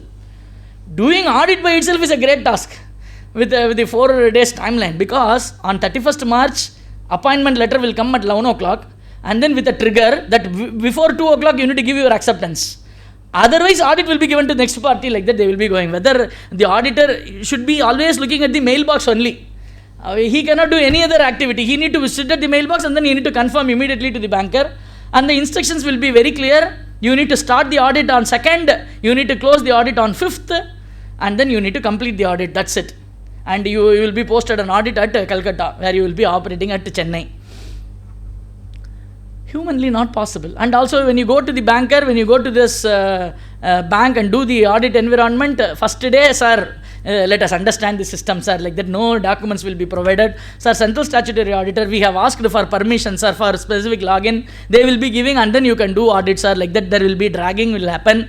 And then 3 days or 4th day, they will come, sir, in my zone, every other branch has been closed, sir. You are the only auditor who has not closed the auditor, sir. Yes or no? Have you heard this particular standard statement or not? And then you want to put any MOC, sir, please don't put MOC at all, sir. Enak due for promotion, sir. I will be becoming AGM, I will be become GM, I will become MD. So please don't put MOC. Whatever observations you have made, very valid observations, put it in LFIR. So don't make any MOC adjustments at all. These are all the emotional threatening blackmails that will be keep on there to the auditor. In this particular scenario, how come the auditor will be in a position to detect all the frauds? In Punjab National Bank case, when it is success got many fathers, everywhere I used to say this, success got many fathers, failure is an orphan. When success is there, everybody will proclaim that it is because of their activity, but when there is a failure, everybody will now point on the auditor. First question to there is a failure, fraud, what the auditor has done, why the auditor has not detected. Sir, fraud detection is not my job, it's not my role at all. Incidentally, if I come across frauds, I will do whatever that may be. But that doesn't mean that I need to always detect frauds. My essay doesn't say so. Then the question is, what your essay says. Sir, you say fraud detection is not your responsibility. Then what is your responsibility then? Sir, my responsibility is to do an audit with all reasonable care and caution, with professional skepticism. Very good, sir. If that is your responsibility, prove me that you have taken all reasonable care and caution. Prove me with your documentation that you have taken this care and caution. There is a problem. I don't have that much of documentation to substantiate that I have taken all reasonable care and caution. When there is a fixed asset register to be reported, I don't have a basic information on what dates the physical verification has been done by the management. I simply certify that there is no discrepancy, metal discrepancy is identified, management has reasonably verified without any paperwork, then it will be an evidence that I have not taken reasonable care and caution. Are you understanding the point that I am driving here, sir? So the point that we are driving here is, we need to be very specific, especially in case of frauds. I need to necessarily have the professional skepticism, having a questioning mind, being alert to indicators that could indicate possibilities of errors and frauds, critical assessment of my own audit evidences, whether is it sufficient and appropriate or not. Like that, the auditor has to evaluate and then to conclude accordingly. It is an attitude of an auditor that I need to always have it in my background here. So accordingly, I need to have papers, I need to have reporting responsibility in this particular regard. Frauds that is brought to my notice has to be reported by the auditor. It is not fraud to be detected by the auditor. Incidentally, if during the course of my normal verification I detect frauds, that is also to be reported here. That is also possible. That will very much the auditors will be doing it here.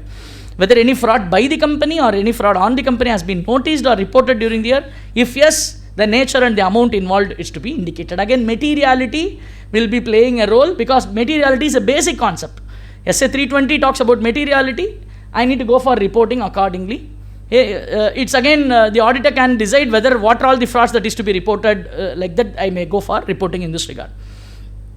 Whether any report under section 143(12) of the Companies Act have been filed by the auditors in form 884. 884 is nothing but, as per 143(12), as I told you, any frauds of rupees 1 crore or more needs to be mandatorily reported to the board and also to the MCA in this particular regard by 884 by the auditors. Again, it is not only by the statutory auditors, the same responsibility will be equally applicable to the cost auditor and also to the secretarial auditor, because 143(12) equally applies to statutory auditor, secretarial auditor and cost auditor. So during their course of audit, they come to know about there is a fraud involved, they need to go for reporting to the board, audit committee, and also to be reported to the central government in this regard.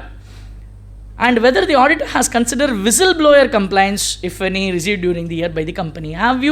Whether the audit committee, audit committee has to be constituted, whistleblower mechanism has to be there, whistleblower access, the confidential route should be maintained, and they need to have a direct access to the topmost chairperson of the audit committee. They have that particular linkage, and then they can make a whistleblower complaint. If at all any whistleblower complaint has been raised or received during the year, the auditor has to report that particular fact also, and also has to consider its effect on other aspects of audit also. So the auditor has to be aware, they need to give this information, and then they need to take care of this particular whistleblower complaints also. The moment I think of whistleblower, immediately I'm from where this particular whistleblower concept has been brought in, it is like they will be saying it is US, PCAOB, and then they have SOX, and then accordingly whistleblower has been coming, and then you need to have direct access to the topmost person. Sir, some 1500 to 2000 years before, here in our same place, Tamil Nadu, there was a king called Manunidhi Cholan, where he got this particular whistleblower policy implemented. Not only for people, but also for animals. That Manunidhi Cholan, that there will be in Thiruvarur, he was having that, there will be a bell that will be there in the in front of the palace. Any person aggrieved of any problem, he may directly go and ring the bell. It will have a direct access to the topmost person, who is nothing but the audit committee chairman, who is nothing but the chairperson of the kingdom. Bell adichavodu raja ku kaadu kekalana enna. You need not go for any channel. Minister to solno, minister avarkitta solvar, nothing doing. Directly you ring the bell. You have access. This access is not only to the people, subjects, but also to the wild animals. We know the history. It is not out of one's thought process or dream that they have given here. It is a history recorded. You have Kalvet, Sasanam, everything that you have. Yeah, or cow, it lost his calf. That was a related party transaction. The son of the king have killed that particular calf. So the moment there is a son of the king, always it is a related party, that too a very high voltage related party transaction. Whether action will be taken or not will be a very big question. I am not referring to any political aspect. I am referring only to the story that I was talking about, the history that I am talking about. So the ministers are afraid of coming and communicating to the king because of this particular prince. He has killed this particular calf, like that. They were holding it back. This affected cow went directly and then hit the bill, and then the king asked, what is the problem? And the same punishment has given to the prince by the king by itself. Lord appeared in front, and then they gave all the powers back, like that. It was a Puranam. The point that I am driving here home is whistleblower is not a foreign or a Western policy that they have brought in today. Governance, transparency, this, that, and all already there embedded in our way of life. But we are not calling that as a whistleblower, or we are not identifying that as a separate part, but it is there, it is ignored. We ignored it, and now it is reinvented back by way of whistleblower policy, and to be reporting corporate governance, lifting the corporate wheel and all happening here. New clauses of reporting, there are certain specific clauses that they need to go for reporting here under clause 2020, which was not there under the old reporting at all. Undisclosed income relating to certain income tax. You have Vivad Se Vishwas scheme and all they brought in. So any income which was not disclosed earlier, voluntarily the company by itself is going and disclosing that as an income. The fact has to be reported both by the auditor and also by the company in this particular regard. Whether any transactions not recorded in the books of accounts have been surrendered or disclosed as income during the year in the income tax assessment under the Income Tax Act. If so, whether the previously unrecorded income has been properly recorded in the books of account during the year or not, like that the auditor has to report here. This is specific to undisclosed income that is reported during the year voluntarily by the company. Similar Schedule 3 responsibility by the management to be reporting is also there. Internal audit system, beautiful. This is a very important aspect. Being a statutory auditor, should I need to look at the internal controls? Should I need to look at the internal audit system or not? Answer is double yes. Necessarily yes. SA 315 specifically talks about, in spite of the fact you are the statutory auditor of the company, internal controls of the organization has to be looked into specifically. If at all internal audit is applicable to the company as per 138 of the Companies Act, because section 138 specifies for these companies, you need to have a mandatory internal audit system. It may be internal team or it may be an external auditor who can be appointed, no problem, but internal audit system should be there. In such a case, whether the statutory auditor have access to this internal control, whether internal audit reports, have you considered their reporting with regard to your financial statements? Like that, the question is on the reliability or the reliance of the internal audits and internal control systems by the statutory auditor here. Whether the company has internal audit system commensurate with the size and nature of its business, and whether the reports of the internal auditor for the period under audit were considered by the statutory auditor or not. Yes, we have considered. No, internal audit report is not provided to us, like that we need to go for it. At times what happened practically, the last quarter report the internal auditor may not have finalized. That report may not be available to the statutory auditor.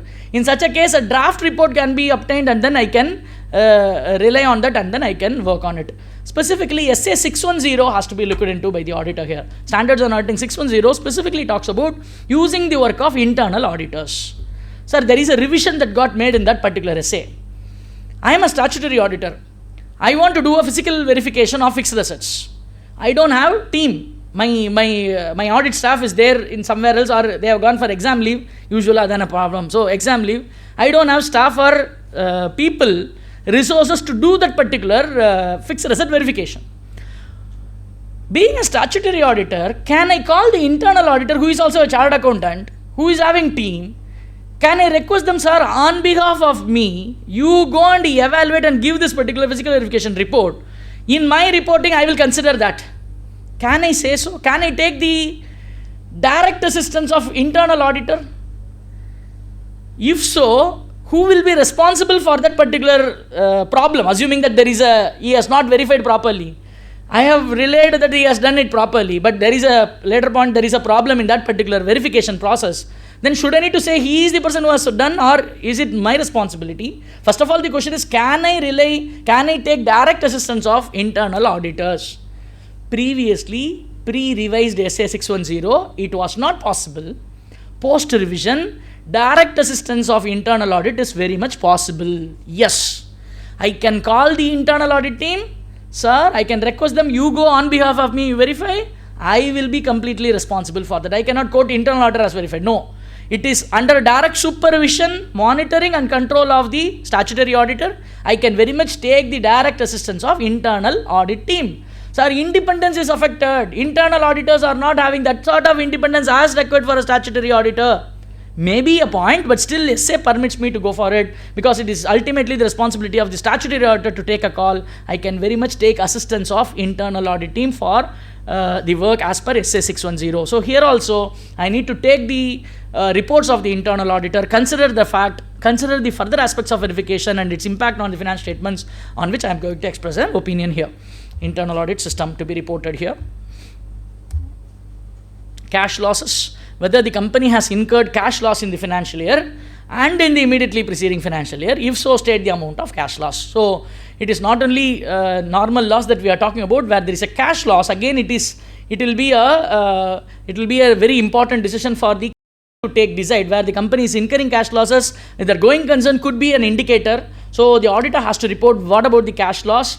In the previous year also, how it was there in the immediately preceding year, and in the current year, what is the status, like that I need to report. Say for example, both the years there is a cash loss, I need to report.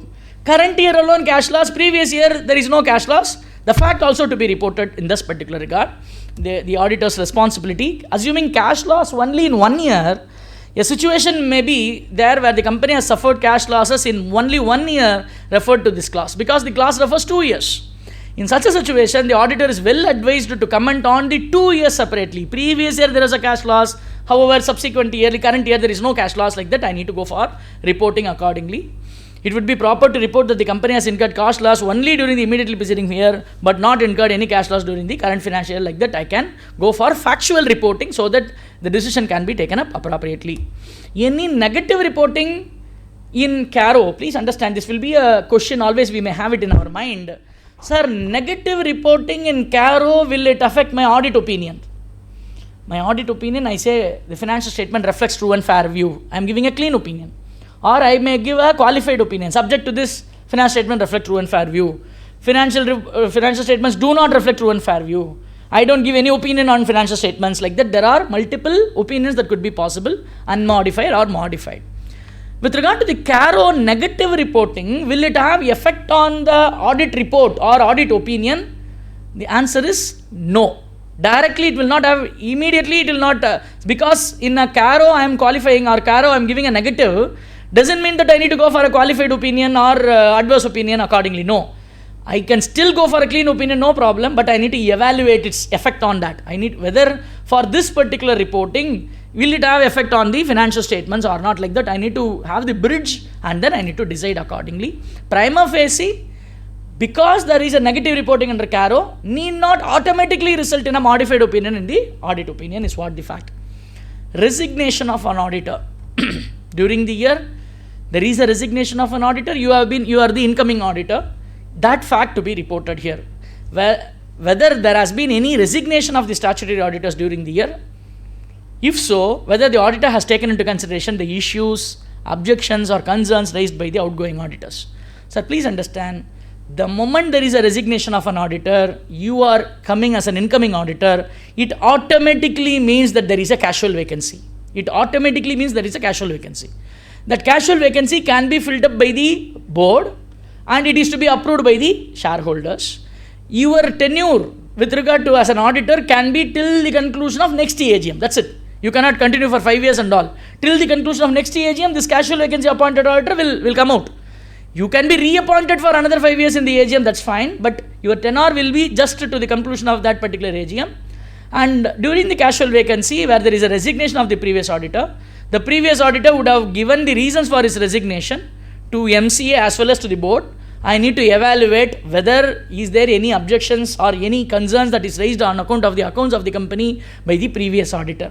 Apart from all this, as per clause 8 of part 1 of first schedule of the CA Act 1949, I need to communicate to the previous auditor even before acceptance this as an auditor position. Are you getting this point? So necessarily I need to make a communication to understand is there any professional reason that why I should not accept this particular assignment, and then only I can take up this particular assignment. After taking up this particular assignment, the reasons for resignations has to be looked into by the incoming new auditor, and then accordingly I need to go for reporting here. Whether there has been any resignation of the statutory auditors during the year, if so, whether the auditor has taken into consideration the issues, objections or concerns raised by the outgoing auditors here. In order to protect the interest or in order to protect the independence of the auditor, this particular point has been included here. Apart from CARO, I will go for one another professional point. Sir, this is the first time you are appointed as an auditor. Previously, there was certain other auditor. This is the first time you are appointed as an auditor. Then, whether should I need to report under CARO? No. This is not because of during the resignation. See, your appointment is a fresh appointment because of the vacation of the previous auditor. So that doesn't mean that it is a casual vacancy. You can be appointed, no problem. However, one important point to be noted is at the time of you giving the audit report for the first time for this company, you need to necessarily include other matter paragraph. SA 706 talks about other matter paragraph. In that other matter paragraph, the previous auditor has given the report, opinion of the financial statements of the previous year. He has given a clean opinion. He has given a modified opinion dated so and so, like that you need to mention. Why? Because it is SA 510 that talks about it. Initial audit engagements. Are you all with me? Yes?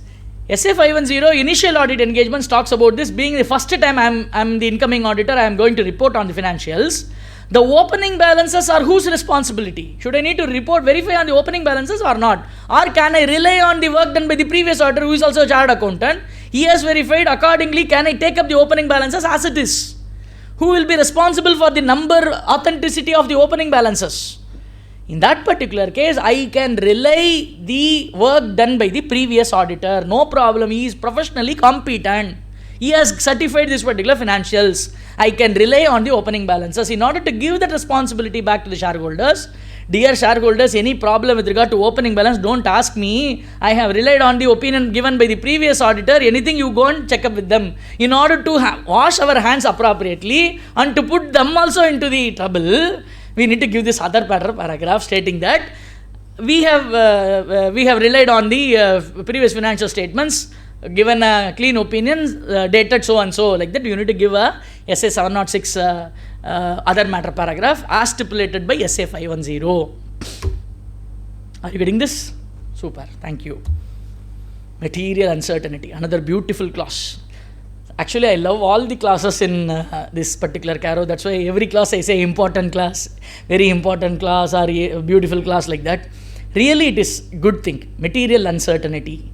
Material uncertainty, the moment you hear of this particular material uncertainty, which is a very, very important buzzword as per SA 570 that talks about going concern. The auditor has to necessarily evaluate whether going concern is valid for that particular company or not. Dear friends, dear seniors, at the time of learning, we would have learned that there are three fundamental accounting assumptions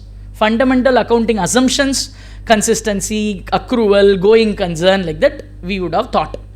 Understand, as per revised SA 570, going concern is no longer an assumption. Please remember, as per revised SA 570, going concern is no longer an assumption. It is the basis on which financial statements have been prepared. It is the basis of preparation of financial statements. My preparation of financial statement is based on going concern. Basis. It is not I am assuming. No, it is the basis on which I am preparing. So if that particular basis itself is questionable, if the basis itself is wrong, or if the basis itself is inappropriate, I need to take care as an auditor. I need to report accordingly as per SA 570. What is the indicator to question on that? Material uncertainty is the word. If there are material uncertainty relating to very many factors that affects the going concern, the auditor has to be very careful and report accordingly. Previously, under revised SA 570 and pre-SA 706, when there is a question on going concern, there is a problem that could happen this way or that way. I don't know about the going concern, but there is a doubt on the going concern. The responsibility of the auditor is to include an emphasis of matter paragraph in the audit report. I will be making an emphasis of matter paragraph stating that the going concern is under question and it may be falling around or not, like that. Even Jet Airways, last available audit report, if you go and see, they would have talked about this emphasis of matter paragraph. At that point in time, that was the reporting responsibility. Now, after revision of SA 570 and 706, in case of going concern is affected or going concern is under question or trouble, I cannot use emphasis of matter paragraph. No, not possible. I need to use another paragraph called material uncertainty relating to going concern. Like that, I need to have a paragraph.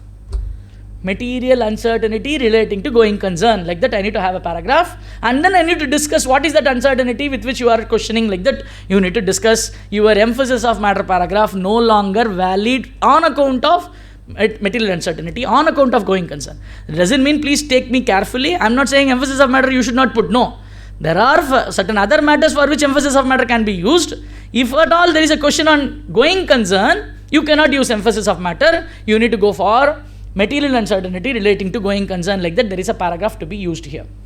This is with regard to entire financial statement. But CARO is not on the entire financial statement. They talk about a specific aspect. What the CARO's question on material uncertainty is, based on various factors, 5 to 6 factors they talk about, multiple they talk about.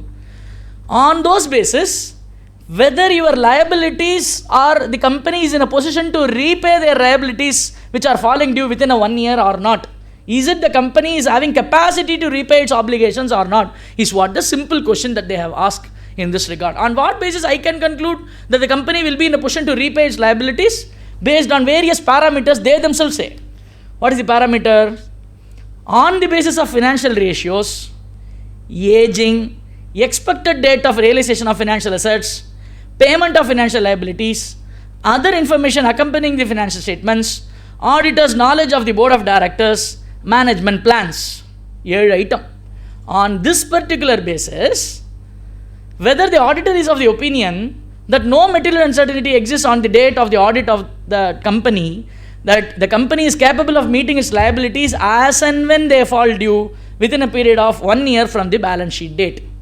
That is, today I need to say and report that based on financial ratios, based on aging, based on expected date of realization, based on your financial capacity, based on management plan, based on future plans, in the basis la, I am having, there is no doubt that the whatever the liabilities that is going to fall within 1 year period, the company is capable of repayment. Like that, I need to have a confirmation here. It is a negative reporting that the auditor will be doing in this particular regard.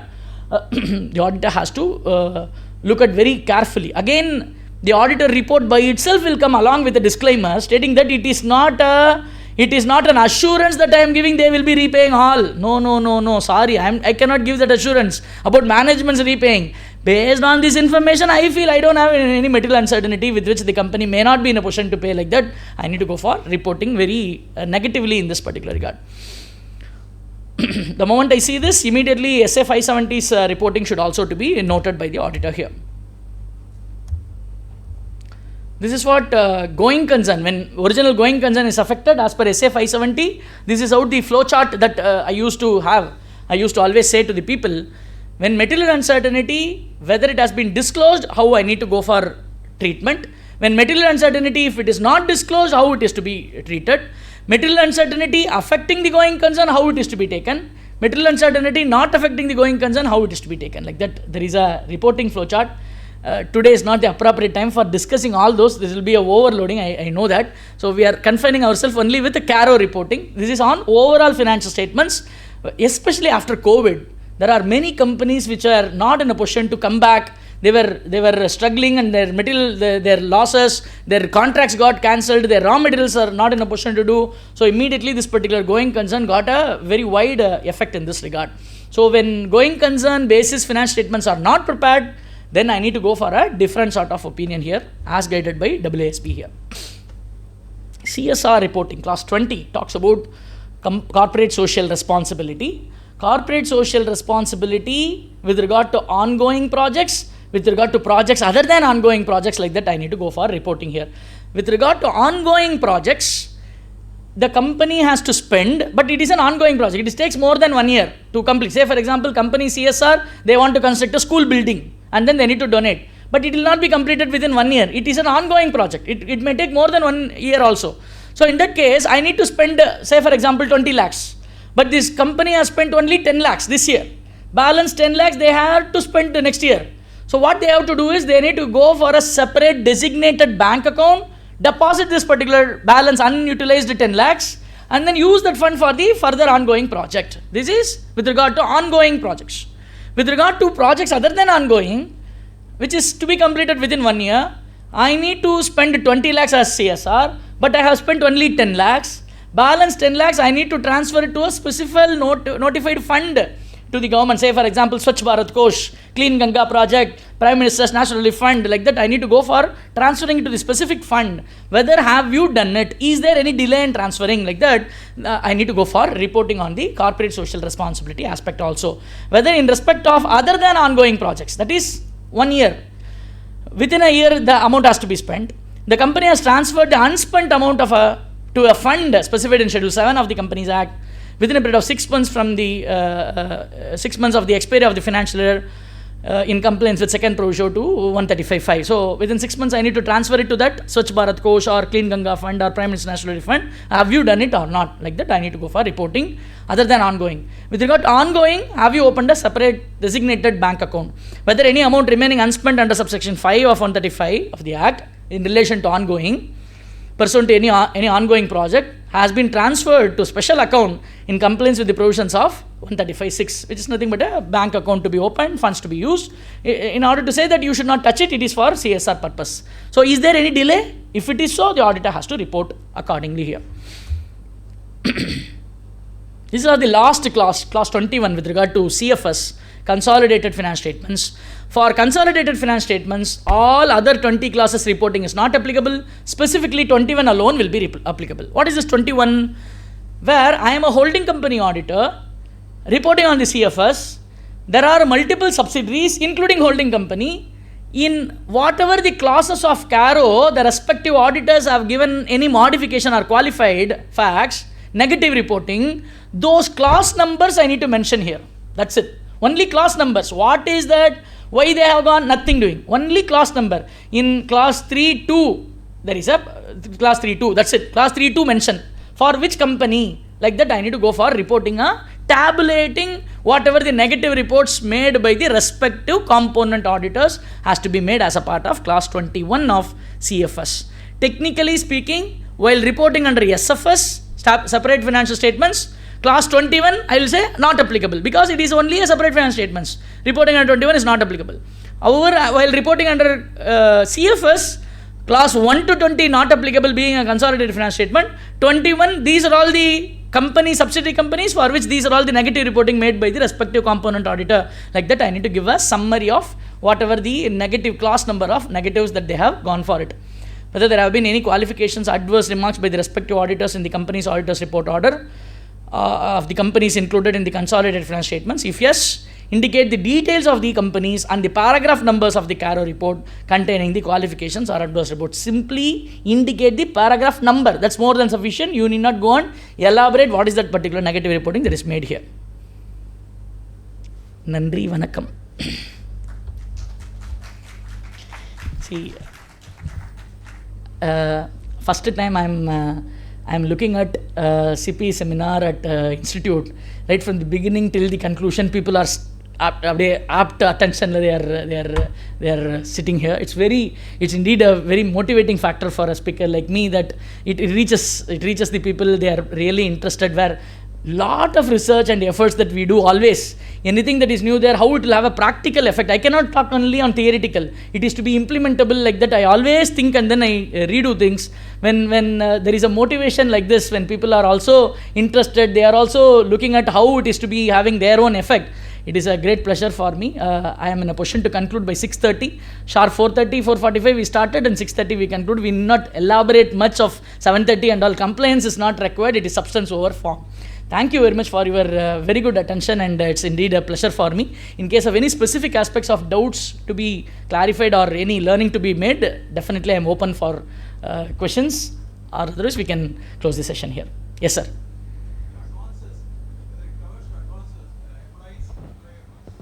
No, sir. No, it will not. Only to other companies and other parties it will be covered. Yes, sir.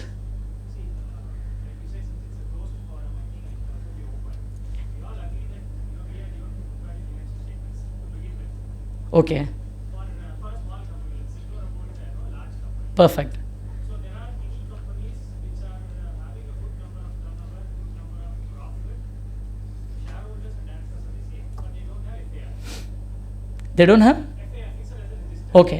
Correct. Now, if I go and say in the CARO report that yes, the company does not have an FAR, the company agrees that they don't have an FAR. Now they want to rectify it. Super.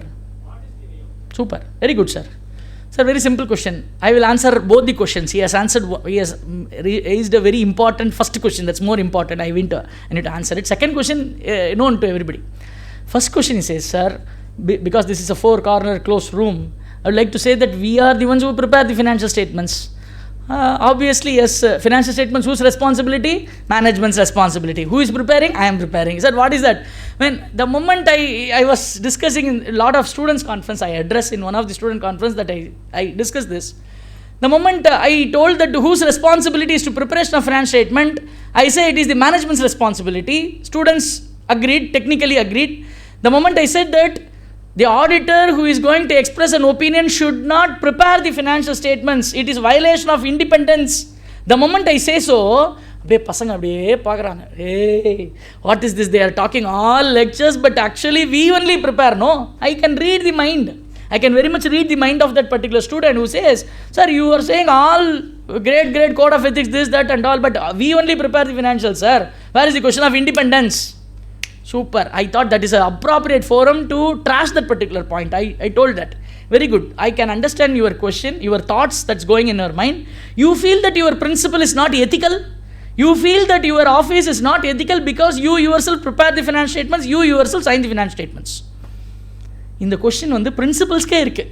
ஐயோ நம்ம வந்து எத்திக்கலாக இல்லையோ, ஐயோ நம்ம வந்து இண்டிபெண்டன்ஸை violate பண்ணுறோமோ அப்படின்றது வந்து ஆடிட்டர்ஸ்க்கும் இருக்குது, ஸ்டூடெண்ட்ஸுக்கும் இருக்குது. Sir, my first question is, to whom you are preparing financial statements? Are you preparing financial statements? Tally நம்ம தான் போடுறோம், பேங்க் அக்கௌண்ட் நம்ம தான் ஃபில் அப் பண்ணுறோம், பிஆர்எஸ் நம்ம தான் ப்ரிப்பேர் பண்ணுறோம், ஃபினான்ஷியல் ஸ்டேட்மெண்ட்ஸ் நம்ம தான் போடுறோம். Very good. To whom you are doing it? Are you doing to Reliance Industries? Are you going to do it for Tata Motors? Or you are going to do it for a big company? To whom you are doing? You are going to do for a small and very small practitioner. You are going to do for a proprietorship firm. You are going to do for a partnership firm. Do you agree with me or not? You are going to do for a very closely held private limited company where there is not even a borrowings. For what we are doing? It is not the question of independence that we have violated. It is actually we are enabling them for compliance. Please understand, we are not violating anything. It is not for Reliance Industries, you are preparing financial statements and then they say it is management preparation. No, they don't have the system. They don't have the resource to do that. they have only very limited person. Owner ஒரே ஒருத்தர் தான் sir இருப்பார், அவருக்கு அக்கௌண்ட்ஸ்னால் என்னென்னு தெரியாது. அப்போ நான் தான் போட்டாகணும். ஏன் போடணும் அப்படின்னா, என் இண்டிபெண்டன்ஸை வயலேட் பண்ணி ஃபீஸ் வாங்குறதுக்காக போடலை. நான் எதுக்கு பண்ணுறேன்னா, நான் இன்றைக்கி போடலைன்னா ஒரு கம்பெனி நாளைக்கு ஸ்டேட்டஸே இருக்காது. It will be non compliance, it will be strike off போயிடும். So in order to enable them to go for a compliance, for smaller entities where they do not have an accounting team or resources, we do at times, predominantly many times, we prepare the financial statements not with the intention to violate that particular independence. Facilitate. It is exactly we are facilitating. We are being the leaders for them to comply with that. So யாராவது அந்த point இருந்ததுன்னா தயவு செய்து அதை எடுத்துருங்க. We are not doing any violation at all. Be very clear. Be firm to your students. அதுக்கு சொன்ன உடனே பசங்கள்லாம் கைத்தட்டாங்க. வா சூப்பர் சார், நீங்கள் சொன்னதுக்கப்புறம் நான் யோசிச்சு பார்க்குறேன் சார். நான் சொஃபஸ்டிகேட், நாங்கள் 10 கம்பெனி ஆடிட் பண்ணுறோன்னா 2 கம்பெனியில் அவங்ககிட்டயே அக்கௌண்ட்ஸ் இருக்குன்னா அவனுக்கு நான் போடலை சார், அவனே போட்டு எடுத்துகிட்டு வந்துடுறான். மற்ற 8 கம்பெனி ஒன்றுமே இல்லாதவனுக்கு தான் நான் போடுறேன். I am actually enabling them to go and come within the system. For those which they do have a resources, I am not touching anything. I may go and pass audit ledger entries, account entries, taxation and all, I can do that, but that's not the case of preparing, cooking and then making something false, erroneous and all. We never do. That's the first point that I would like to clarify. Fine, agreed. With regard to the specific question, sir, FIR illa, fixed asset register illa, but the company also acknowledges they don't have it. Now they want to rectify. What we need to do? Beautiful, sir. The company is in the process of rectifying or updating the fixed asset register, and the company is of the surety that within a period of another 6 months or next year the process will be completed. அப்படின்ற ஃபேக்டை போடுங்க, no problem. That's the fact. You put the fact that it is there, FIR இருக்குன்னு சொல்லிட்டு நம்மளை ட்ரபிளில் பண்ணிக்கிறத விட ஃபேக்டை கொடுத்துட்டு கம்பெனியை ட்ரபிளே இல்லை. அது it will be a best methodology to do it. At least ensure that the next year it is taken care. That assurance the management has to give. They need to pay a fees for fixed asset register compilation. Auditor cannot do. Same auditor cannot do. You take your help of another friend, another chartered accountant who is practicing, ask them to compile with that particular fixed asset register, go tagging, Excel, whatever the way at which it can be marked. Yes, you mark it and you mention the fact in the CARO, no problem at all. It will be a worth point. Got it? Yes sir. Super. நல்ல question, இது ரொம்ப நல்ல question. எனக்கு வந்து wait பண்ணிட்டு இந்த question வந்த உடனே yes. So I think even one person is getting the clarity that I am not violating the independence, I am not ethically, I am right only அப்படின்ற ஒருத்தருக்கு அந்த தாட் இருந்ததுனால yes, it is a success for thus. Super. Any further more questions, sir? Anything to be added? Thank you so much for your patience. I know the importance of your time, especially after the extended timeline of November 10th, but still in spite of all this busy schedule that you are here to have an important discussion here. I feel it's a privilege for me having discussed all these points with you people. Thank you once again.